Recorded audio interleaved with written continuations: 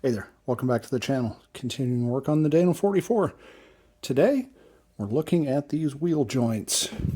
You can see it holds itself up there. It's pretty crusty. So, I'm going to get these apart. I'm going to take the shafts in and have them media blasted so I can coat everything. This wheel joint is really no different than a U-joint you'd see on a drive shaft. It's just a little bit different size. It's got a grease zerk here. They actually get greased in through the end of the cap rather than down in the cross. Kind of hard to see. Let's see if I can find one here. There it is. These have inside retaining rings, and boy, it's really hard to see, but the end of the retaining ring is right there. So I have to knock these out. So you get these retaining rings out. You're going to have 4 of them. And once we have that, then we can push the caps out the ends. So let's see if we can get one of these out. Then I'll show you how to do that. It's pretty straightforward. Again, it's a little hard to see, but that retaining ring, the end of it is right. This is the ring right here. The end of it is right here. So I need to get back behind it and drive it that way.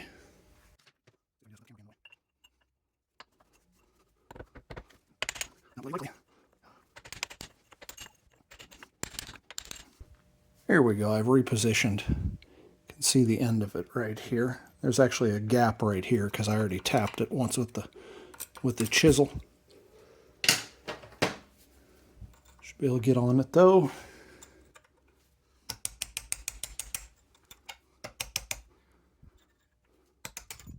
Alright, so that one's off. So you just have to repeat that on all 4 of the ends. When you're taking these apart, it's a good opportunity to look right here. This is a ground surface that is actually a race for a bearing in the spindle. You can see, maybe it doesn't show up real well, but it's really pitted, and it's actually pitted all the way around this. This is the race for a bearing inside the spindle. There's a needle bearing right here that rides on that. And so this bearing rides right on here. And this, being all pitted, is going to eat this bearing. What that means is this stub shaft here, that needs to be replaced. I'll have to take a look at the other side, see if it's also bad. But I need at least one. Still, continue pulling this apart. This is the other side.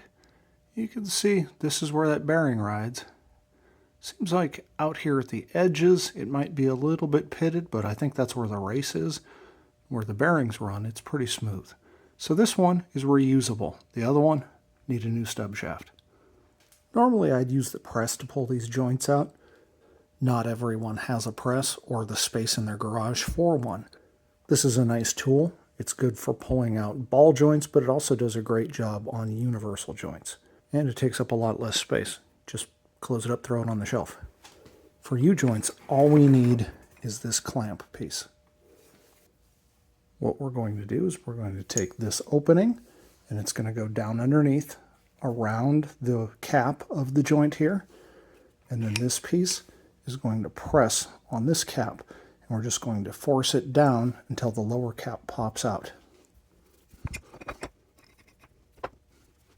As with any pulling tool that's got threads, make sure you lubricate the threads where it goes through the tool before you do the work. Then we just hit it with the impact.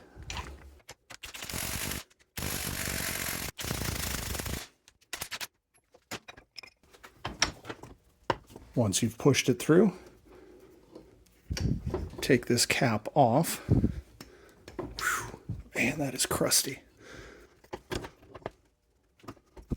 Look at those bearings. Then we flip it over, so the cap that I pulled out the bottom is, you remove it, and then we flip it over so the other cap is down here. We have to push that other cap all the way back through the joint. It was pretty stuck, so I'm going to give it a little bit of lubricant just to help it out.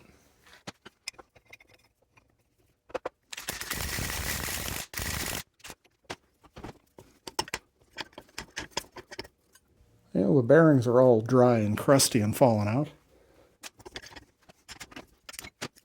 And once we have both caps off, that end comes off. Now we simply repeat the process with these other two caps.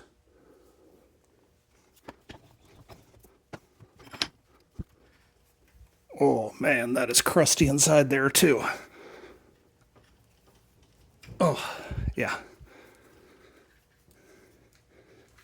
Pretty sure there isn't supposed to be this much rust inside the joint.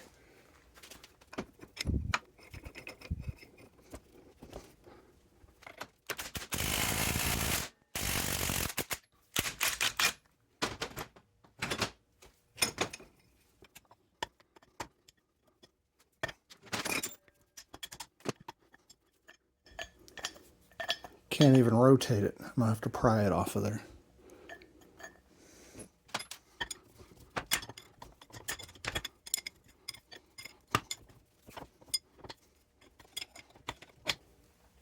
Man.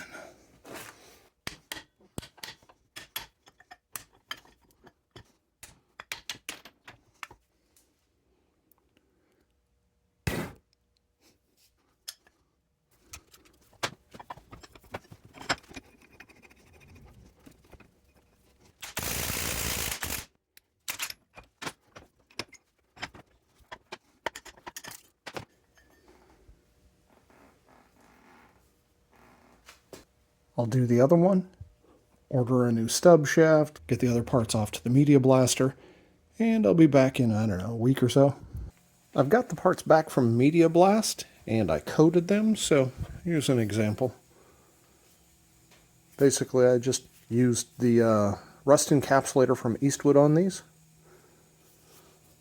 I also ordered a new stub shaft here, so this is the new one to replace this. So you can see that race area there that's pitted as opposed to what it looks like brand new. One interesting thing here is this is the new one. You can see it doesn't have this collar that this one has. Looking at it, I think there's a separation here, so we're going to take this over to the press and try to press this collar off of this stub shaft and then try to put it onto that one. Hopefully I can get that off without destroying it. Another thing I like to do when I get these things all cleaned up is the insides of these. I like to make sure that they've been deburred. So I go through it, clean it up with something like a flat file. You can use a rat tail file if you need to really get at it, but generally I'll go through with a flat file just to make sure that there aren't any edges here, and then I actually use a brake cylinder hone and clean them up. Anything you can do to make sure they're nice and clean and smooth will help you when you put the new universal joints in. Same thing I would do on a drive shaft.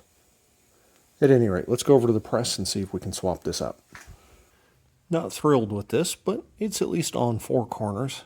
We'll push it down and we'll try to push the shaft out through that collar.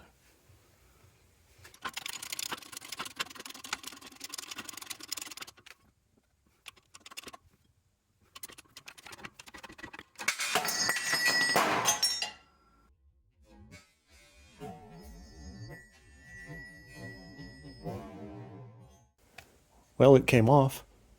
It's a little bit twisted in a couple of spots, but I think I can straighten that out.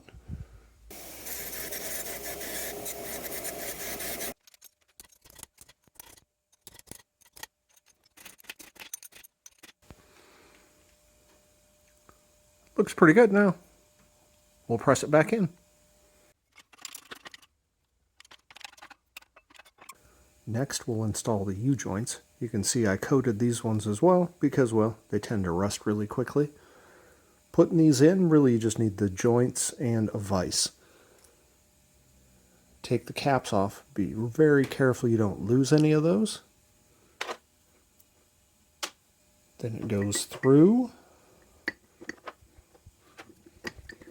And we put the caps on from the outside.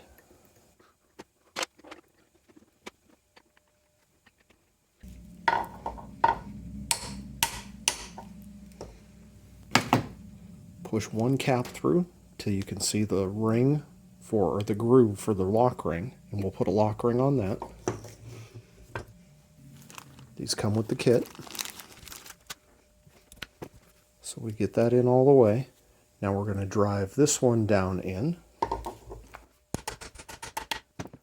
You have to continue to drive it until you get the groove up here so that you can put the other lock ring on. You can see it still turns nicely. And that groove, kind of hard to see, but it's opened up.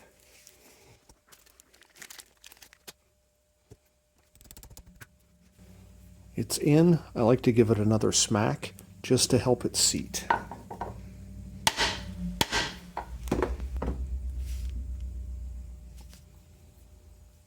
The joint still moves, and we're installed. Now we're going to take these two caps off and put it into the other end of the shaft.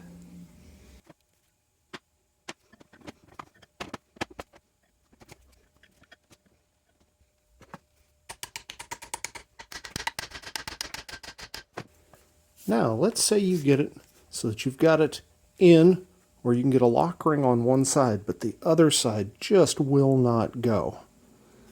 What that usually means is that you have one of those needle bearings fell over and is laying flat in the cap. So no matter how hard you squeeze it, it's not going to go together and you're going to damage something. So if you get it to that point, you have to take it back apart and make sure that those needle bearings are all standing upright all the way around. Okay, we've got all the lock rings in. Make sure that it moves nice and smoothly, which this one does. This one's ready to go. I will come back and probably recoat the caps on this and hit anywhere that I removed any of the coating that I had done before.